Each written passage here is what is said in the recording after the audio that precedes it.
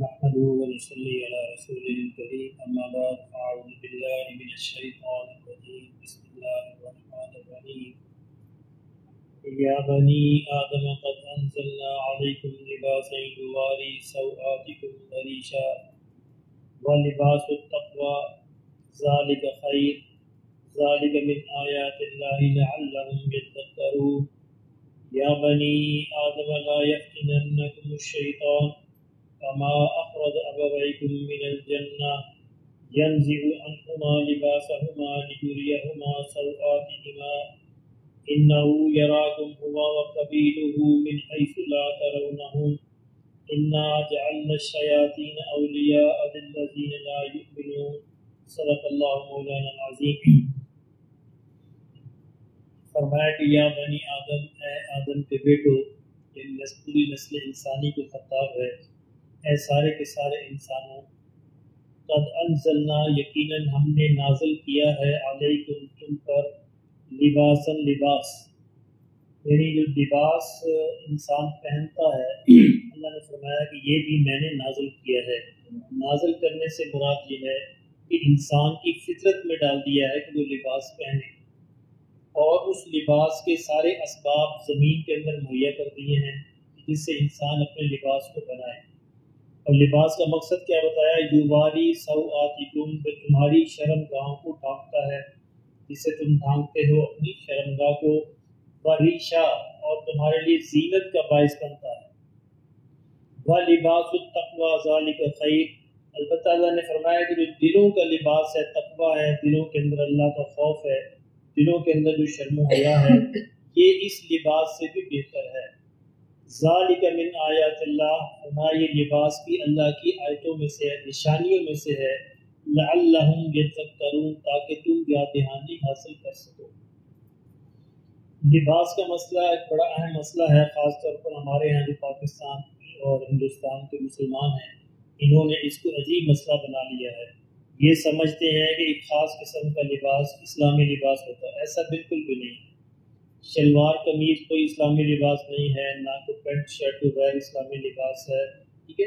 لباس کا کوئی مذہب نہیں ہوتا، جس طرح زبان کا کوئی مذہب نہیں ہوتا، زبان کا بھی کوئی مذہب نہیں ہوتا، اس کو جس کے لیے استعمال کیا جائے گا وہی اس کا مذہب ہوگا۔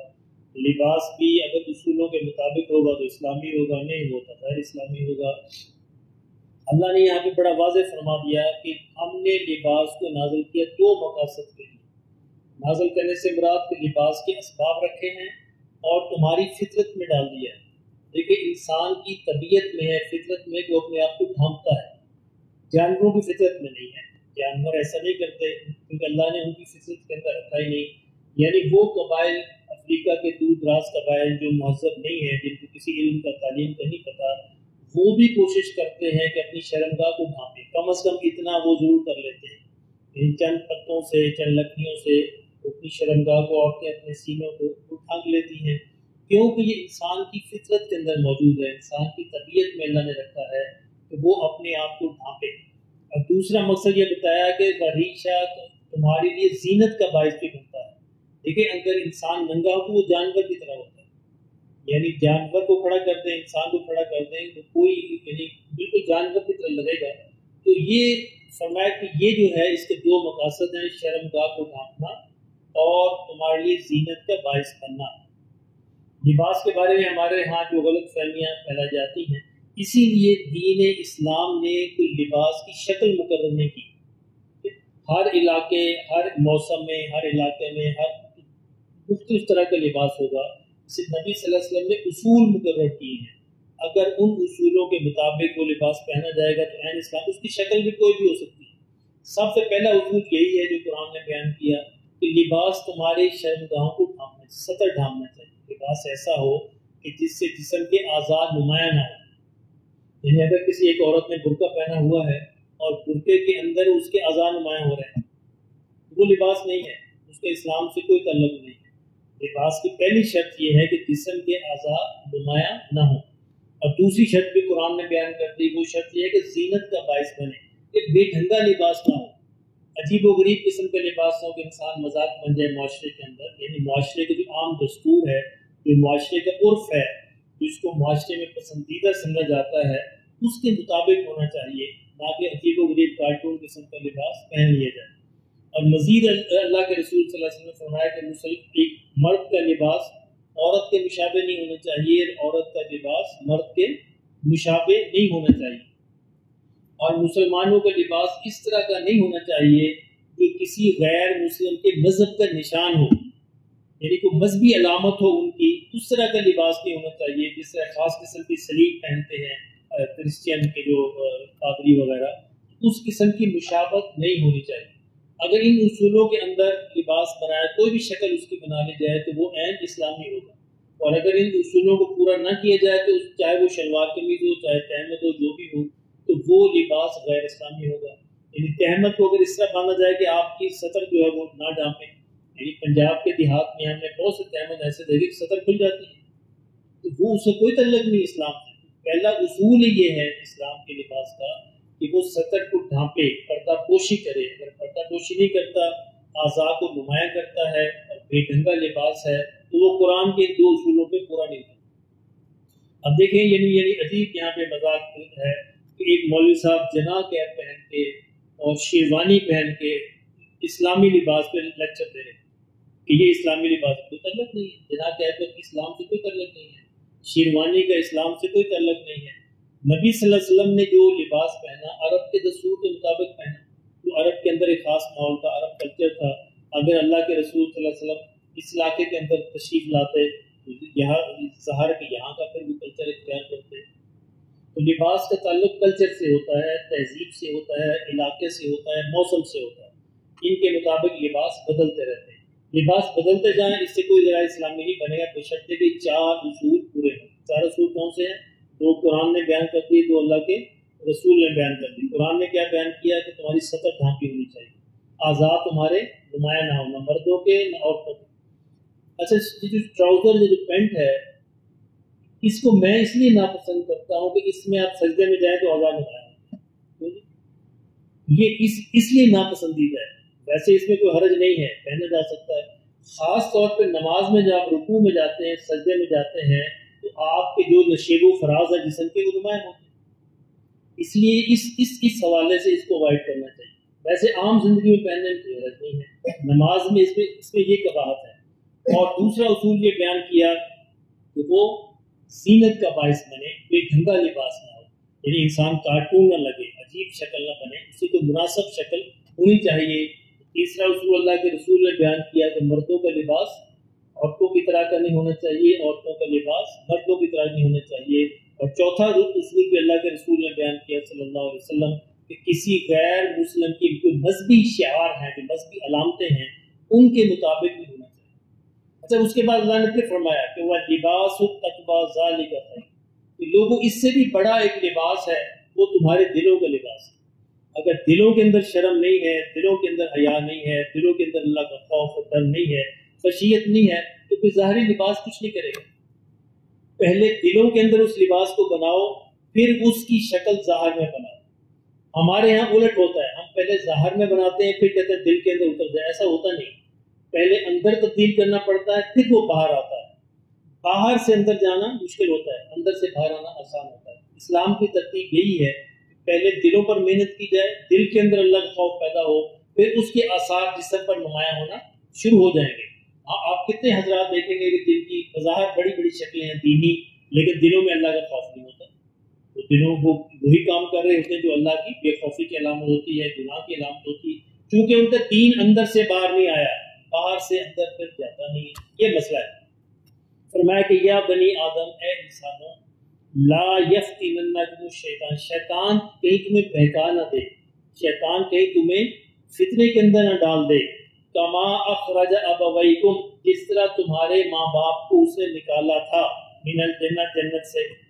کیسے نکالا تھا؟ یعنی حملہ یہ کیا تھا کہ وہ ننگے ہو جائے، ایسے ہی ہوا تھا نا کہ ان کے لباس اتر گئے تھے، اللہ نے جنت کے اندر جو لباس ان کو پہنایا تھا۔ ابھی پیچھے ہم نے آیتیں پڑھی اسی صورت کے اندر، وہ جنت کے پتوں سے اپنے آپ کو ڈھانپنے لگے، تو شیطان نے پہلا حملہ ہی اس وار سے کیا کہ انسان کو ننگا کیا جائے۔ تو اللہ نے فرمایا کہ شیطان اب بھی یہی حملہ کرے گا۔ اب دیکھیں، سب سے بڑا حملہ انسان پر جنسی حملہ ہوتا ہے۔ جنس کی طبیعت انسان پر بڑی غالب طبیعت ہے، انسان اس کو کنٹرول نہیں کر سکتا. یہ بڑا مسئلہ ہے انسان کا. اللہ کے نبی نے, رسول اللہ نے, اسلام نے اس کے لیے طریقے بتائے ہیں, راستے بتائے ہیں کس طرح اس جذبے کو کنٹرول کیا جائے. اس کو ختم کرنا مقصود نہیں ہے, کنٹرول کرنا مقصود ہے. تو اس کے لیے شیطان سب سے پہلے انسان کے اس جذبے پہ وار کرتا ہے کہ انسان کو ننگا کیا جائے, تاکہ مردوں عورتوں کا جو اختلاط ہے وہ شروع ہو جائے اور ان کا ایمان جو ختم ہو جائے. اس لیے فرمایا کہ یا بنی آدم, اے انسانوں ذرا غور کرنا, شیطان تمہیں فتنے میں ڈالے گا اور اسی طرح جس طرح تمہارے ماں باپ کو جنت سے نکالے گا تمہیں جنت میں جانے سے روکے گا. تمہیں اس فتنے میں ڈال کر جنت میں جانے کیا کرے گا؟ يَنزِعُ عَنْهُمَا لِبَاسَهُمَا, تمہارے ماں باپ سے اسے لباس اتروا دیا تھا, ان کو اس فتنے کے اندر مبتلا کر دیا تھا. لِيُرِيَهُمَا سَوْآتِهِمَا, تاکہ وہ دونوں ایک دوسرے کی شرمگاہیں دیکھ سکیں, وہ ننگی ہو جائیں. إِنَّهُ يَرَاكُمْ, یہ فرمایا شیطان جو إِنَّهُ يَرَاكُمْ ہوا, شیطان تمہیں دیکھتا ہے, وَقَبِيلُهُ, اور اس کا قبیلہ بھی تمہیں دیکھتا ہے. یعنی شیطان اکیلا نہیں ہے, اس کا قبیلہ ہے, جنوں میں سے بھی انسانوں میں سے بھی. فرمایا یہ تمہیں وہاں سے دیکھتے ہیں, من حیث لا ترونہم, جہاں سے تم ان کو نہیں دیکھتے. یعنی شیطان کے پاس ایسے خفیہ وار ہیں جو انسان کے لیے پہچاننے عام طور پر مشکل ہو جاتے ہیں. اس لیے فرمایا اللہ کی پناہ میں آؤ, اللہ نے جو طریقے بتائے ہیں اس کی پناہ میں آ جاؤ, پھر شیطان سے بچو گے. ورنہ شیطان کے پاس ایسے وار ہیں یہ تمہیں وہاں سے حملہ کرے گا کہ جہاں تم بچ نہیں سکو گے. شیطان کبھی پیر بن کے حملہ کرے گا, کبھی مرشد بن کے حملہ کرے گا, کبھی استاد بن کے حملہ کرے گا, کبھی دوست بن کے حملہ کرے گا, کبھی لیڈر بن کے حملہ کرے گا, کبھی بھائی بہن بن کے حملہ کرے گا. ہم نے دیکھا مردوں عورتوں میں ہمارے معاشرے میں پہلے بھائی بہن بنتے ہیں, پھر دوسرے کام شروع ہو جاتے ہیں. ایسے یہ میری بہن ہے, اپنی بہن کے علاوہ کوئی بہن نہیں, حقیقی بہن ہی بہن ہی ہوتی ہے. باقی ٹھیک ہے ان کا احترام ہونا چاہیے, لیکن اصل بہن تو اپنی بہن ہی ہوتی ہے. دوسرے پہلے بہن کا رشتہ بنایا جاتا ہے, پھر بہن کے رشتے سے بہت سارے رشتے پھر ڈیولپ ہونا شروع ہو جاتے ہیں. اس لیے اس کو بچو. اس قسم کے وار ہیں شیطان کے, اور میں ہر رنگ میں تم پر حملہ کرے گا, لیڈر بن کر بھی, پیر بن کر بھی, مولوی بن کر بھی, عالم بن کر بھی, استاد بن کر بھی, نصیحت بن کر بھی, تبلیغی بن کر, ہر طرف سے حملہ کرے گا. اس سے فرمایا تم اس کے حملوں کو بچا نہیں سکتے جب تک کہ اللہ کی پناہ میں نہ آؤ. تم اس کو دیکھ نہیں سکتے. انہم یراکم, وہ تمہیں دیکھتا ہے, وقبیلہ, اس کا قبیلہ بھی دیکھتا ہے. اب اس کا قبیلہ کون سا ہے؟ اس کا قبیلہ ہم ہی سے لوگ ہوتے ہیں جو اس کے ایجنٹ بن جاتے ہیں. جنات اس میں ہوتے ہیں جو اس کے ایجنٹ بن جاتے ہیں. یہ کسی کے روپ میں ہو سکتے ہیں, یہ سیاسی لیڈر کے روپ میں بھی ہو سکتے ہیں, یہ مذہبی لیڈر کے روپ میں بھی ہو سکتے ہیں, یہ استاد کے روپ میں بھی ہو سکتے ہیں, یا پھر گھر کے اندر بھی ہو سکتے ہیں, باہر بھی ہو سکتے ہیں, دوست بھی ہو سکتے ہیں. فرمایا ان سے بچو. انا جعلنا الشیاطین اولیاء, میں ہم نے شیاطین کو ان لوگوں کے دوست بنا دیا ہے, للذین لا یؤمنون, جو اصل ایمان نہیں رکھتے, یعنی جن کا ایمان مضبوط نہیں ہے, جن کا ایمان اس لیول کا نہیں, شیطان ان کے دوست بن جاتے ہیں. اور اس سے بچنے کا واحد اور ایک ہی راستہ ہے, وہ اللہ کی پناہ مانگتا. اللہ کی پناہ میں آنا, نبی صلی اللہ علیہ وسلم کے طریقوں پر عمل کرنا اور اپنے عقائد کو مضبوط رکھنا, اور اس ماحول میں بیٹھنا, دینی ماحول میں, جہاں پہ اللہ کے رسول کی باتیں ہوتی ہوں. ورنہ شیطان کا حملہ ہونا بڑا آسان ہے اور انسان بڑی آسانی سے پھنس جاتا ہے. اس لیے فرمایا اس میں آگاہ رہو. یہ دونوں باتیں بڑی عجیب ہیں. یا بنی آدم, ہر انسان سے کہا گیا کہ دیکھو شیطان تم پر وار کرے گا اور اسی طرح وار کرے گا جس طرح تمہارے ماں باپ نے کیا. سب سے پہلا وار یہ ہوگا, شیطان چاہے گا ننگے ہو جاؤ. لیکن یہ تہذیب میں اوریانی جو ہے, جو فاشی جو ہے, اس کا آغاز اس سے ہوتا ہے کہ انسان کے لباس کو کم سے کم کیا جائے. مردوں کو بھی, خاص طور پہ عورتوں کے لباس کو, کیونکہ عورت کا لباس جو عورت کا جسم جو انسان کی زیادہ فتنہ ہے, اس کے لباس کو بھی کم سے کم اب دیکھا کہ مغربی دنیا میں یہ کم سے کم ہوتے ہوتے بس 2-1 فٹ کا لباس سینے پہ رہ گیا ہے, آدھے فٹ کا لباس نیچے رہ گیا اور باقی سب سارا ختم ہو گیا ہے. تو یہ انسان کو فتنے کے اندر مبتلا کرنا ہے. فرمایا اس سے بچنا, ننگے نہ ہونا, ننگے پن سے بچنا. اور فرمایا ننگے پن سے بچنے کا واحد علاج دلوں میں اللہ کا تقویٰ ہے, دلوں میں اللہ کا خوف ہے, دلوں میں اللہ کا ڈر ہے, دلوں میں اللہ کی یاد ہے. وہ اگر کرو گے اور یہ یاد رکھو گے کہ اللہ جو ہے ہر جگہ ہر وقت تمہارے ساتھ موجود ہے اور اللہ تمہاری مدد کر سکتا ہے, وہی تمہیں شیطان سے بچا سکتا ہے, اس کی پناہ میں آ جاؤ پھر بچو گے. ورنہ اس کے پاس بڑے داؤ ہیں, شیطان کے پاس, اس کے قبیلے کے پاس بڑے داؤں ہیں. تم سمجھو کہ میرا دوست ہے حالانکہ شیطان ہوگا, تم سمجھو کہ میرا مرشد ہے حالانکہ وہ شیطان ہوگا, تم سمجھو کہ میرا لیڈر ہے حالانکہ وہ شیطان ہوگا. اس سے صرف اللہ ہی بچا سکتا ہے. اللہ پاک ہمیں اپنی پناہ